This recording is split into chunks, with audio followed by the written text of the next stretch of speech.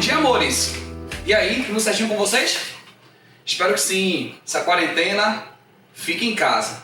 Tá brincadeira não. Bom, eu sou o Ellen, sou professor de Biologia e tô aqui pra gente fazer um pequeno bate-papo. Na verdade, uma aula bate-papo. O Enem tá chegando, não há perspectiva de adiamento da prova ainda, então nós temos que conversar algumas coisas bem interessantes. A prova do Enem, ela apresenta diversos temas: citologia, ecologia, zoologia, botânica, genética.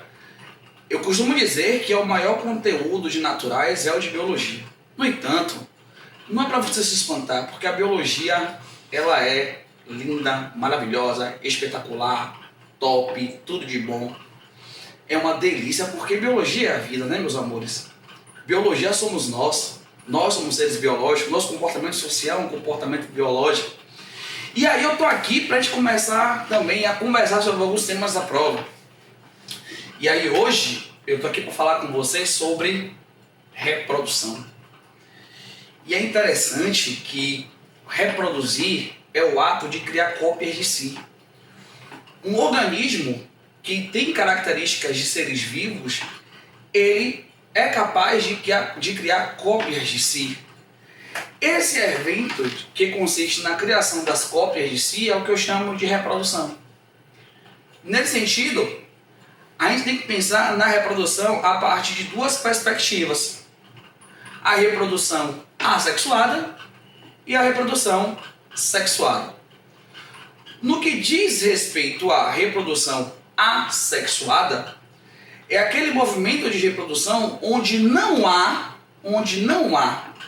tá, a produção dos gametas, onde não há a fecundação. O movimento de reprodução assexuada, estes passos de reprodução de gameta e de fecundação, eles não ocorrem. E aí a gente faz a seguinte pergunta: Ellen, e o modelo de reprodução assexuada? Os organismos resultantes deste processo, eles apresentam variabilidade genética em relação aos seus parentais? Nossa, que pergunta interessante. Depende.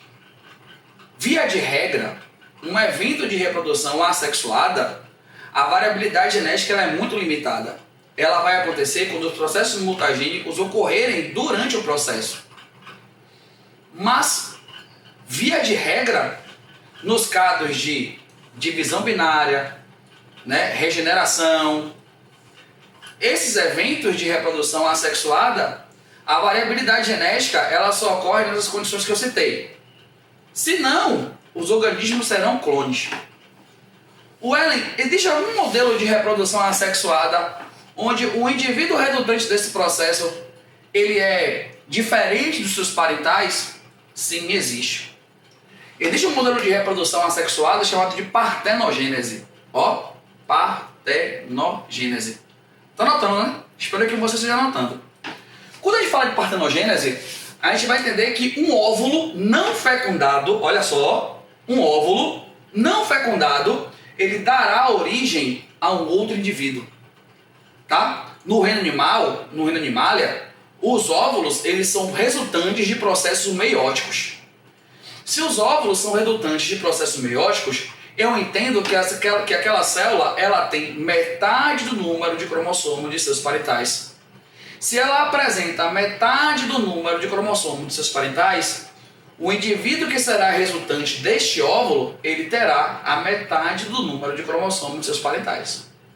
Então, nesse ponto, ele é diferente sim, porque o seu oriundo tem 2x cromossomos e o indivíduo resultante, nesse caso o zangão, porque eu falei da abelha, ele vai ser X. Tudo bem? Já a reprodução sexuada, ela é diferente. Na reprodução sexuada, a variabilidade genética ela é uma regra. A variabilidade genética ela vai acontecer, porque neste caso eu vou ter a formação de gametas, tá? E aqui, ó, meus amores, vamos desmistificar um pensamento que é muito cultural. Nós não somos espermatozoide. Já vi nas provas assim, uma prova. Em uma corrida entre 1 trilhão de indivíduos, eu nasci. Não, você não nasceu. Tá? Então assim, eu venci. Não, você não venceu. Quem venceu foi o gameta do seu pai. O espermatozoide é um gameta. Ele tem metade do número de cromossomos do seu parental. Então, o óvulo é outro gameta, tá? A união do espermatozoide com o óvulo, sim, gera um embrião, gera um zigoto. Este indivíduo é você. Então, ó, só os entendedores entenderão. Você não é Goku, você não é Vegeta, você é Gogeta. Pegou a visão, meus amores? O evento de reprodução sexuada, ele é muito interessante porque ele promove a variabilidade genética. E a diversidade genética que os indivíduos apresentam ao longo do tempo dá a estes indivíduos uma probabilidade maior de adaptação. Então quando a gente pensa, então a reprodução sexuada favorece a variabilidade genética e a variabilidade genética cria uma diversidade e essa diversidade pode promover ao longo do tempo a adaptação desses indivíduos ao espaço. Com certeza. Com certeza. Não significa dizer que a adaptação, que isso vai acontecer. A tendência é que isso aconteça, tá? Ao longo do tempo, ao longo do processo evolutivo de cada organismo, diversas estratégias reprodutivas no que diz respeito à reprodução sexual foram desenvolvidas.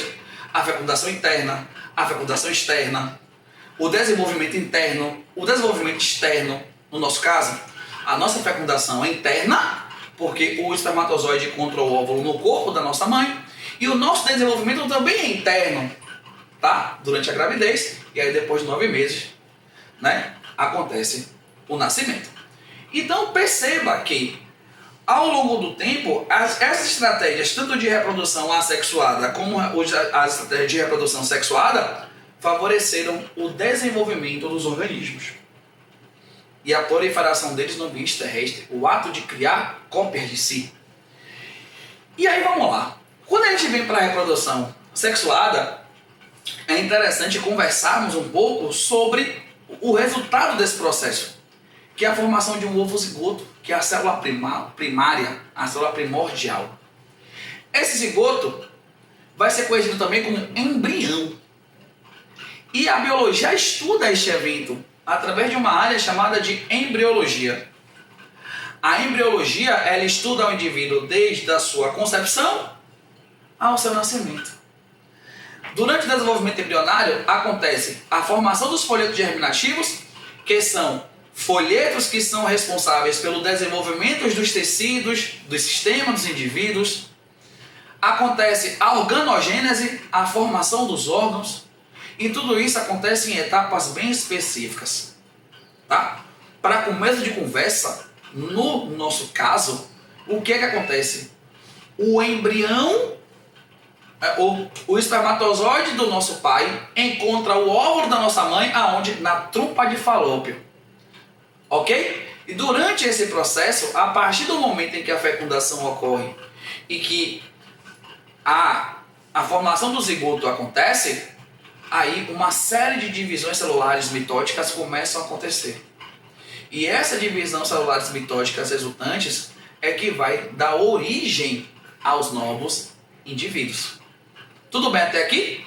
E aí é interessante que você entenda alguns processos que são bem interessantes e particulares durante a embriologia. Por exemplo, a gastrulação, que vai dar origem aos primeiros folhetos germinativos, que vai dar origem ao blastóporo, que pode originar a boca em organismos protostômios e o ânus em organismos deuterostômios. A neurulação, que é a parte importante para a formação do sistema nervoso.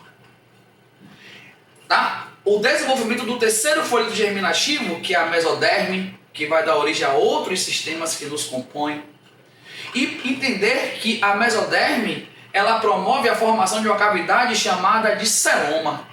E os organismos que apresentam essa cavidade revestida por mesoderme são chamados de organismos triblásticos celomados. Tudo bem, meus amores? Espero que vocês tenham entendido esse breve bate-papo sobre biologia. Foi um prazer estar aqui com vocês. Um beijo!